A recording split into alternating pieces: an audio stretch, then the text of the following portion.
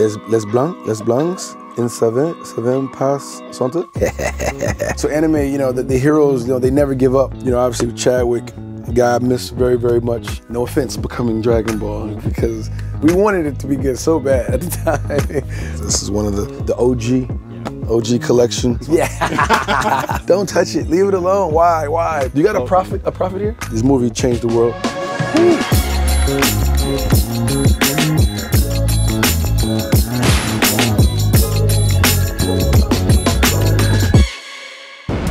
Vidéo Club. So hi Michael, and welcome to one of the last 2 video stores in Paris. I love it. First I wanted to ask you, what is your relationship with this place and DVDs? Oh man, I mean, as a kid, I used to come to, like, you know, DVD stores, and my dad, you know, we would just like go around and like, you know, pick out a movie. You know, a movie and a comic book would be the 2 things that I can kind of like pick on the weekends for us to watch, you know, in return. And yeah, that was like kind of where I first started to like really get into different types of movies, you know, wandering into like the, you know, the X-rated section, you know what I'm saying? As a kid, you know, Dad snatching me back and telling me keep going, go back out to the front, not to the back.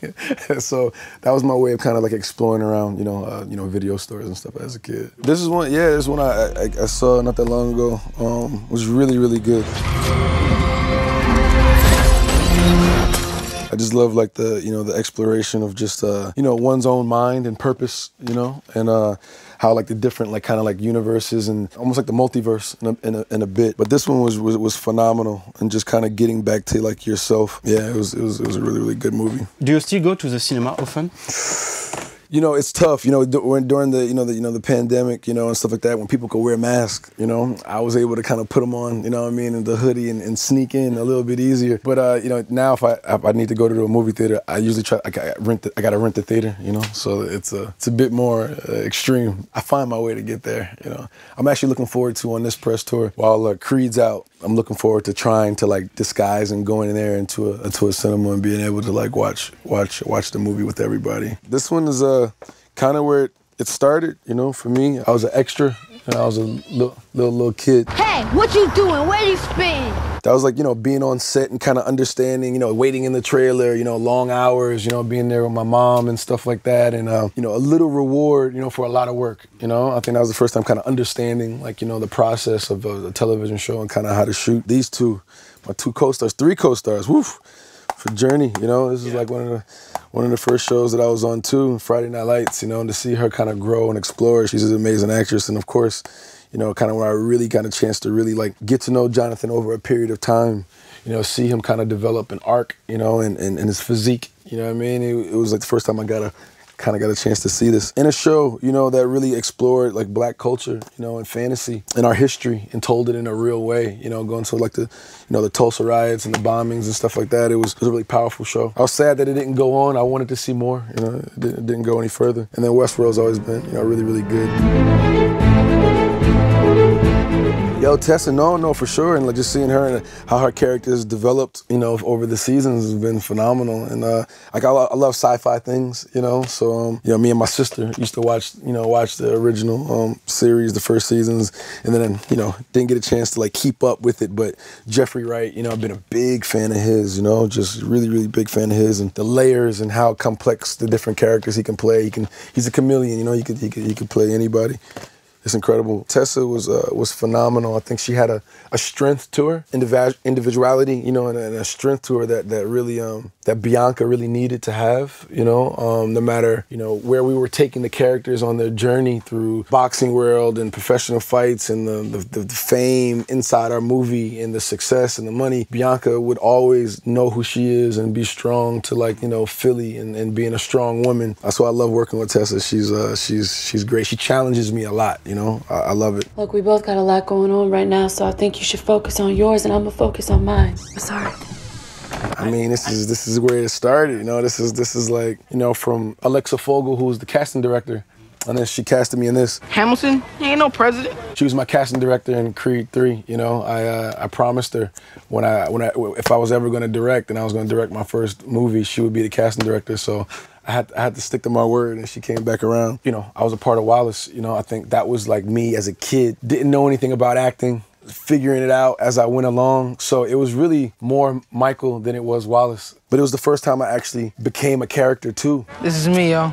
Andre Royal, who played Bubbles, was a big mentor of mine. He still is, you know, at the part of the season where Wallace started to, you know, take drugs and, you know, and become a little bit more outside of the things that I was familiar with, the things that I knew. He came on set that day, he wasn't working, and he talked me through what it felt like, you know, like to imagine, you know, the warmth from the top of my head to like the bottom of my toes, and talked me through like a dope fiend would be going through for the first time. And I remember trying to think about it. I'm like, okay, I have no idea what is he talking about, but trying to imagine it and picture it. And the first time I lost myself in a character was Wallace. And I took that process and I started to build on it. And that's kind of like how I started working on becoming, you know, different characters and stuff. So that was kind of the beginning.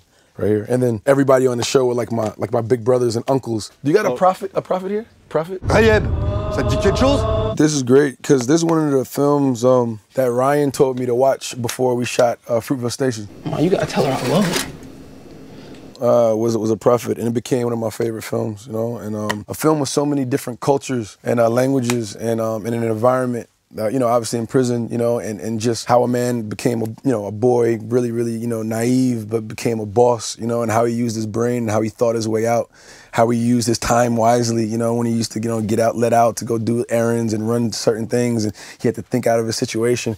This really created, in my mind, how to play with personality and situations. Yeah, this really always like stimulated me. This is really good one. Did Ryan Coogler give you the confidence to direct Creed 3? Yes. Yes. Seeing somebody that looked like me, my age, you know, do a feature film, I was like, oh snap, okay. He always seemed so much more mature and so much more older than I was. And I was like, man, I was always like just fascinated. He always said he didn't have the answers, but I always felt like I trusted him to have the answer and find the answer. And that was something that I always, you know, looked at and admired, you know, but he also told me, hey man, you could do it too. I kind of always wanted to have that confidence, and I think that really helped me want that for myself and want other actors to feel confident in me.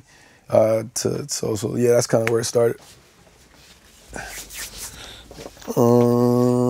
It's Les Joies. Les Joies. Yeah, this is whew.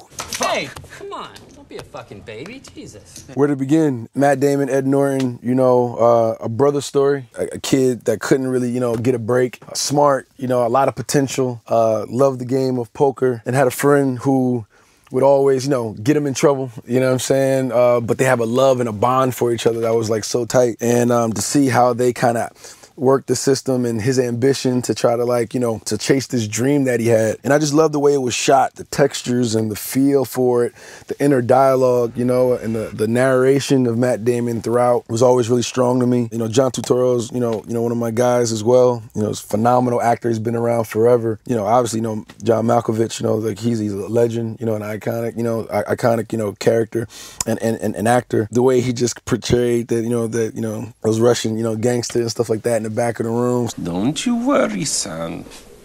It will all be over soon. Meryl Streep is one of my favorite, yeah, for sure. And this is like, you know, this movie itself is just a beautiful film, you know, and obviously you have two iconic, you know, with Clint and, you know, and Meryl working together. It's like, it's magic, and she was so timeless. One thing I love about her is like, she makes it look easy. If you know it's not easy. You know, it's not easy to do that, like to be so comfortable in front of the camera. She's great, and you know, Death Becomes Her is like, yeah.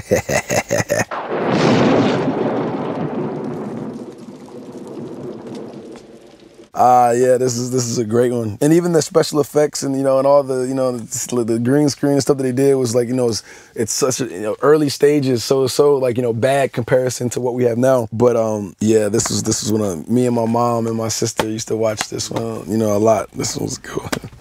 This is great. Danny was you know, and you know, a director that I've always loved, and you know, he's just really smart. Really smart, you know, director, and the way he looks at people, you know, and captures like that inner spirit. I think it's something that's really strong from Danny. You know, Slumdog, you know, obviously, you know, it was a great film. You know, that year, clearly, you know, with all the nominations and the awards that it received, it was a beautiful, beautiful movie. And then you got, you know, these guys. Got the boss, you know, the man himself, you know. My nigga.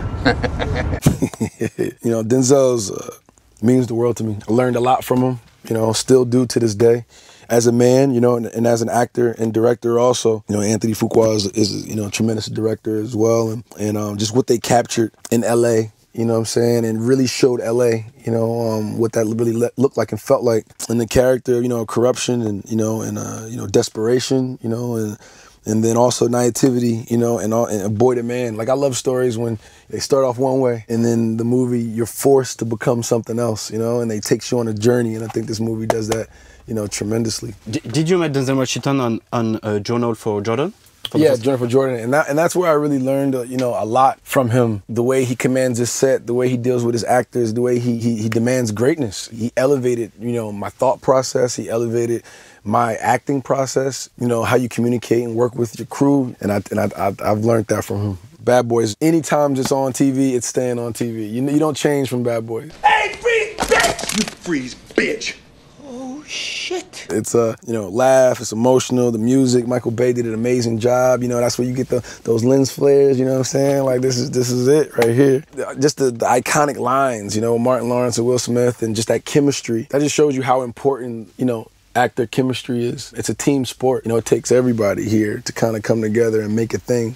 This is your circle. It's great, you know, and they had theirs, and I think that's really important. Man, I could spend all day in here. This is...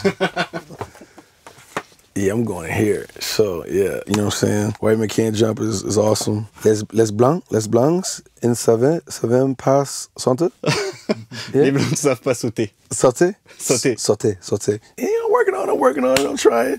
No, this is a, you know, great film. I love it, you know. See, the thing is, you guys look at me, you see the backwards hat, the gray socks, the funky outfit, and you say, now this guy's a chump, am I right? Just, you know, Sydney and Billy, and just kind of their dynamic, you know, like the odd couple, you know what I'm saying? This is the odd couple, which is great. You know, Rosie Perez did an amazing, you know, job in that as well. You know, capturing basketball, you know, in that type of way. I love basketball, you know, playing the sport. So the way they captured this 2-on-2 and this competitiveness and somehow made it about like character and heart, I really dug that movie. What do you think of the remakes they are going to do? I'm interested, you know. Yeah. You know, remakes, you know, it's tough, you know, because I guess I'm one of those old guys now that's like I could think back to the original movies, and I'm like, remakes, I mean, I don't know. I love the original, but I'm curious to see, you know, what they do with it, you know. Like Sinqua is a buddy of mine, you know what I'm saying? I've known him for years, you know, back when we were first auditioning and trying to, like, you know, make it. So when you see actors that you've known their journey and like you see them give opportunities to new life, to movies like this, I'm so curious, and that's how you push cinema forward, you know? You gotta give, you know, new opportunities, and sometimes it's in vehicles, because look at me, you know, when Creed came out, or you know, Fantastic Four, or you know, Thomas Crown I'm getting ready to do, there's somebody that's like, Thomas Crown, no, don't touch it, leave it alone, why? But I understand it, you know, it's we're moving it forward, and I'm looking forward to what they do with it. Warriors, one of the movies that I watched before I made Creed 3. Just phenomenal job, storytelling. I remember I cried like a baby because, you know, I have a brother. You know, our relationship, you know, and the things that we've gone through, and, you know, the brother's family, you fight, you know, you love each other, you back up. It's complicated, you know what I'm saying? Everything is complicated in family. But this brother's story, that really, really touched me. You put the stinger too, just right here. Sting, man. Yeah, man. One of my producer, Liz, I was like, you should watch it. I was like, okay, let me check it out. Let me put it on. I was like, oh man, this is a great movie. You know what I'm saying? It's just Newman and Redford and just that dynamic. I saw a lot of other actors that I love and admire. I could see how they might have been inspired, you know, by them as well. And it really, you know, made me take a step back from the world that I spent so much time in, and look back at history of cinema and actors and directors and films, and I see the pattern more, and I see the flow of the community that we're all a part of. You know, we're all contributing to the world of cinema and film. We're all inspired by each other, whether we say it out loud or not. This gave me good context. This was great. And then, you know, Raging Bull. This is one of the OG collection. Erwin Winkler, you know what I'm saying? You know, being a part of this and being part of these projects, it's like it's amazing. Hearing all the stories about how it was made and the decisions and what went wrong and what went right and why isn't it black and white and versus color and the whole thing and the blood, and it's a lot. I appreciate this movie more now that I've directed. Watchmen's great, but you know, Black Panther is... This never gets old. It's done so much for me. You know, obviously with Chadwick, guy I miss very, very much. That time I'll never forget. I think about him often and what this movie meant to the culture, you know, to the world. You know, this movie changed the world. Yeah, it's very special. It's a bittersweet topic, you know, because something that used to bring me so much joy brings me pause and pain sometimes, you know, reflecting through the memories of that. And Eric Killmonger, to me, is a character, one of my favorites, because it tapped into a conversation that I think really needed to be had amongst the continent and Black Americans in the United States, and the conversation that we're a lot closer than we think, or we've told, or we've overthought over the Black diaspora, you know, and I felt like this movie became a bridge for that conversation to take place. In recent years, you can see the movements and the conversations and the acceptance of their own culture and wanting to go, you know, back to Ghana, you know, the year of the return, you know, and being back there, you start to see that coming together. And I don't know if it would have happened this quickly or in this moment, you know. I think it would have been it would have took something else to been the catalyst to really, really spark it. But I think this movie made that universal pride. I'm really thankful to be a part of that. Yeah, man, Josh Trank, man, we did, you know what I'm saying, Fantastic Four. It's the first time playing a Marvel character, you know. I always wanted to be Johnny Storm, you know what I'm saying? Like, that was a cool character that I always loved. And just being a part of that process was incredible. You know, I learned so much, the visual effects, the CGI, just the whole process of what a big budget movie was that. And then going back to Chronicle, when we first started, Chronicle was like, you know, another one of my favorite films. Watch this. What the innocence of a superhero, like what the idea of a superhero, but like in a grounded indie superhero film. And I like the cross-pollination between the two. It was a great time. I think we can go to the animes section now. Let's do that. No, this one is really special. One of the first animated films that I watched. And I can't remember how I found it. I don't remember when I first watched it. But it's something that, you know, if I'm on a long flight or if I don't have anything else to do, you know, whatever, I'll just put it on, you know what I'm saying, and just kind of like watch through it. The idea of this noble hero, you know what I'm saying, the way he just used it as his like noble steed, and the classic, you know, bow and arrow, and, you know, and the demon is being engulfed in nature, you know, the forest spirit, you know, and the, you know, the forest guide, and it's just the relationship between man, you know, machine, and nature. We're destroying the earth, we're destroying the planet, you know what I'm saying, and we need to kind of like respect, you know what I'm saying, the spirit of like, you know, of nature, you know, and the planet and animals and stuff like that. This was kind of like one of those movies for me. Miyazaki's amazing, you know what I'm saying? Like Spirited Away, I think it's fantastic. It's one of the great films, and he's really been the guy who set the tone for. It's not one. Set the tone for. You know this one? This one? Yeah. Yeah. Yeah, this is the guy, you know, like this is, I watch this one a lot, you know, this one, part of this, you know, inspired a lot of, you know, some of the things from Creed 3, you know, some of the boxing. Even, you know, Tyson, you know, the Dempsey role is like, you know, one of those things that I snuck in there a little bit, you know what I'm saying? I snuck in there a little bit, I had to. Yeah, this is a great one. I could watch this over and over and over and over, like all the seasons. This and, you know, Naruto is like. I just want to show something, because when I saw Creed 3, the fight between you and Dame, that instantly came to my mind. Yeah. That's where it was. Yeah. Like that's the fight where, you know, they really, you know, they left nothing back. That was it. I wanted to go into the last round not knowing who was up or down. I wanted them to be even, you know what I'm saying? I wanted the scales to be balanced. And that instantly always been in my head as I was doing it, and we pulled it off. I feel those chains are breaking, yeah. I fear God, I don't fear death. I see those strings and take a step.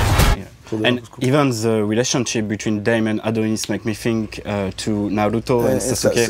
Sasuke. Yeah, I mean, it's part of that rivalry, you know, that's there. It's a few other ones that are mixed into that, but that's a little bit it. You know, so anime, you know, the heroes, you know, they never give up on no matter how crazy and absurd it is. Like they're you know, if he made a promise, if he calls you his friend, he's not gonna stay away from that. He's gonna get you back.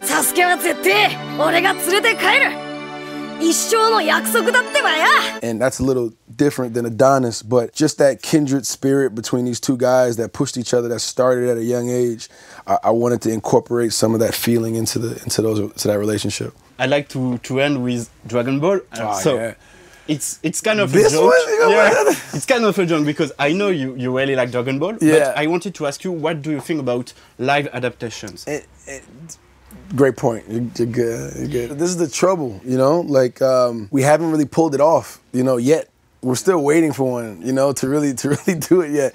It wasn't gonna be me, not yet.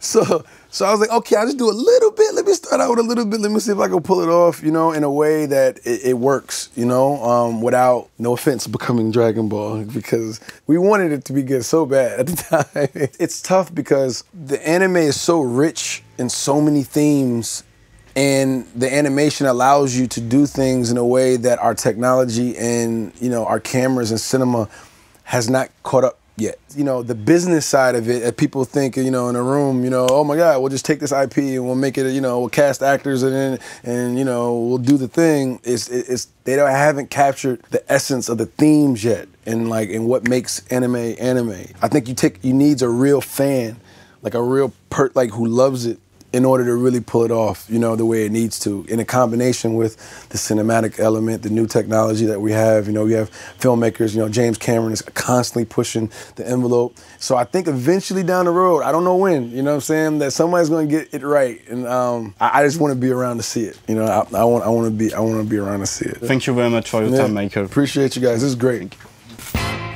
Konbini! I don't know, these, nah.